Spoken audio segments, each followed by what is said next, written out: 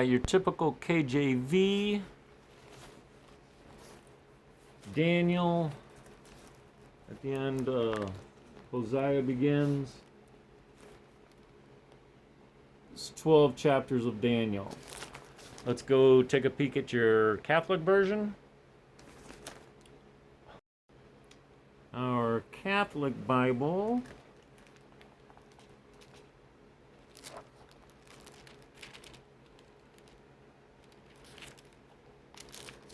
you can see ends with chapter 14. And there's a chapter 13 before it. Let's read it. Daniel chapter 13, verses 1 through 65. Again, this is not in the original Hebrew. It was in the original Greek and Latin, if you can call that original. There's Saint Joseph, Catholic with a capital S, Saint Jerome, excuse me. It was in the preface to Daniel, because we find out that Daniel, a little boy Daniel, is mentioned in the story.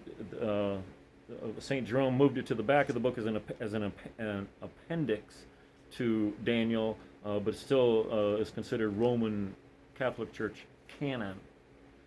The Apocryphal book, Daniel chapter 13. Now there was a man that dwelt in Babylon, and his name was Joachim. And he took a wife whose name was Susanna, the daughter of Helcias, a very beautiful woman, and one that feared God, for her parents, being just, had instructed their daughter according to the law of Moses. Now Joachim was very rich and had an orchard near his house, and the Jews resorted to him because he was the most honorable of them all. And there were two of the ancients of the people, appointed judges that year, of whom the Lord said, iniquity came out from Babylon from the ancient judges that seemed to govern the people. These men frequented the house of Joachim, and all that had any matters of judgment came to them. And when the people departed away at noon, Susanna went in and walked in her husband's orchard. And the old men saw her going in every day and walking, and they were inflamed with lust towards her. And they perverted their own mind and turned away their eyes, that they might not look unto heaven, nor remember just judgments. So they were both wounded with the love of her, yet they did not make known their grief one to the other. For they were ashamed to declare to one another their lust, being desirous to have to do with her. And they watched carefully every day to see her, and one said to the other, let us now go home, for it is dinner time. So going out they departed one from another, and turning back again they came back to the same place. And asking one another the cause, they acknowledged their lust, and then they agreed upon a time when they might find her alone. And it fell out, as they watched a fit day, she went in on a time, as yesterday and the day before, with two maids only, and was desirous to wash herself in the orchard, for it was hot weather. And there was nobody there but the two old men that had hid themselves and were beholding her. So she said to the maids, bring me oil and washing balls, and shut the doors of the orchard, that I may wash me. And they did as she bade them, and they shut the doors of the orchard, and went out by a back door to fetch what she had commanded them. And they knew not that the elders were hid within. Now when the maids were gone forth, the two elders arose, and ran to her, and said, behold, the doors of the orchard are shut, and nobody seeth us, and we are in love with thee. Wherefore consent to us, and lie with us.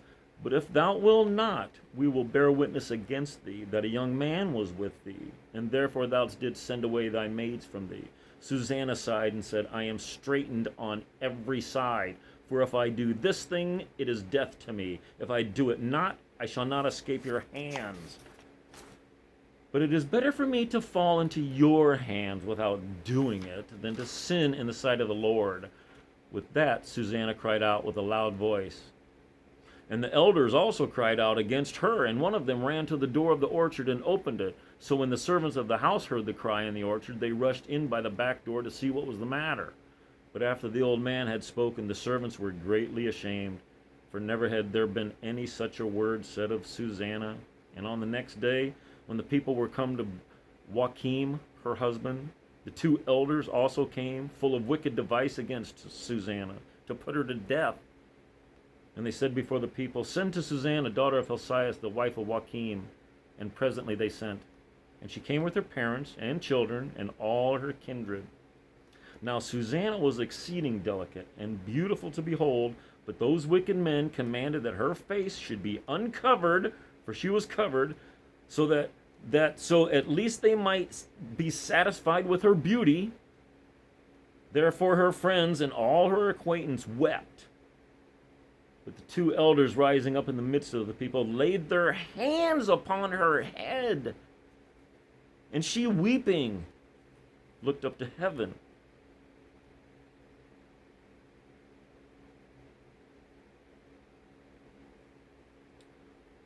For her heart had confidence in the Lord. And the elder said, as we walked in the orchard alone, this woman came in with two maids and shut the doors of the orchard and sent away the maids from her. Then a young man that was there came to her and lay with her. But we that were in a corner of the orchard, seeing this wickedness, ran up to them, and we saw them lie together. And him indeed we could not take, because he was stronger than us, and opening the doors he leapt out. But having taken this woman, we asked who the young man was.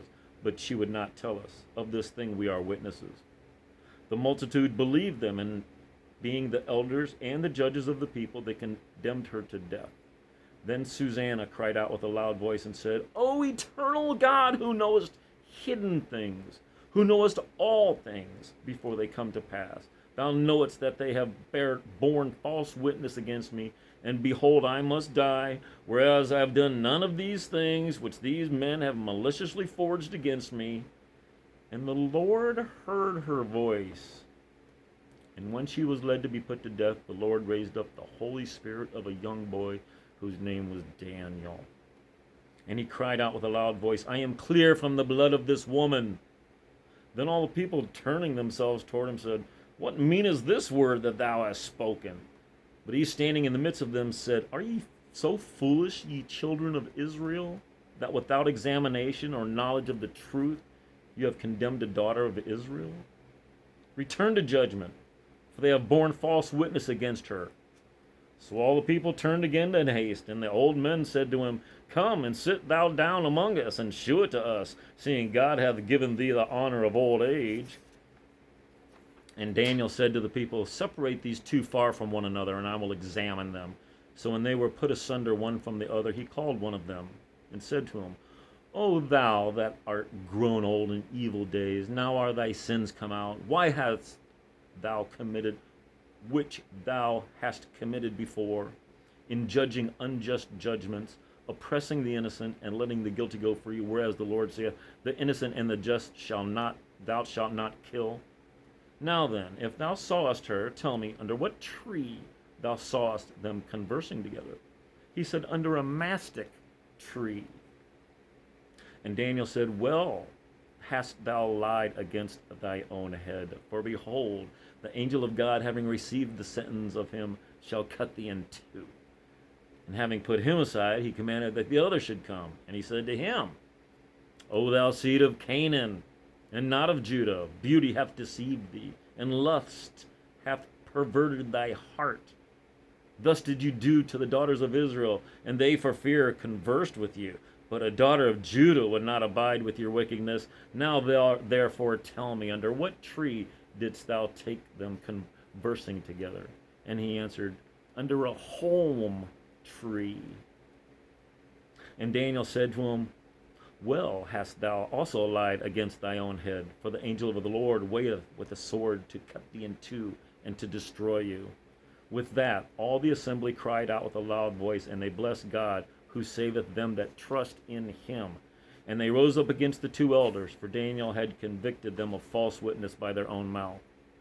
And they did to them as they had maliciously dealt against their neighbor, to fulfill the law of Moses. And they put them to death, and innocent blood was saved in that day. But Helcias and his wife praised God for their daughter Susanna, with Joachim, her husband, and all her kindred, because there was no dishonesty found in her. And Daniel became great in the sight of the people from that day and thenceforward. And King Astyages was gathered to his fathers, and Cyrus the Persian received his kingdom. That's the story of, that's the Cyrus of Perm. That's chapter 14. Let's read chapter 14.